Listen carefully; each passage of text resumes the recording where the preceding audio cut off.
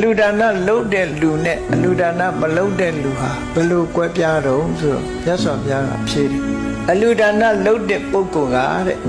အသက်ပိုးရှည်တယ်အစင်းပိုပြီးတော့လှတယ်ချမ်းသာဒုက္ခပိုပြီးတော့ကြီးမားတယ်အချမ်းအယံတွေပိုပြီးတော့များတယ်ဩဇာအာဏာအစိုးရမှုတွေပိုပြီးတော့များတယ်ဟောရှင်လိုက်တဲ့အခါကွဲပြားခြားနားမှုရှိတယ်လို့ဆိုလို့တရားဆိုတဲ့စွမ်းအားတူတယ်သီလဆိုတဲ့စွမ်းအားလည်းတူတယ်ပညာဆိုတဲ့စွမ်းအားလည်းတူတယ်ပေါ့ဒါတွေတူပြီးတော့မိမိဘဝမှာလူတန်းမှုရှိသူနဲ့မရှိသူအဲ့လိုကွဲပြားခြားနားသွားတယ်လူတန်းမှုမရှိတဲ့ပုဂ္ဂိုလ်ကိုလူတန်းမှုရှိတဲ့ပုဂ္ဂိုလ်ကအသက်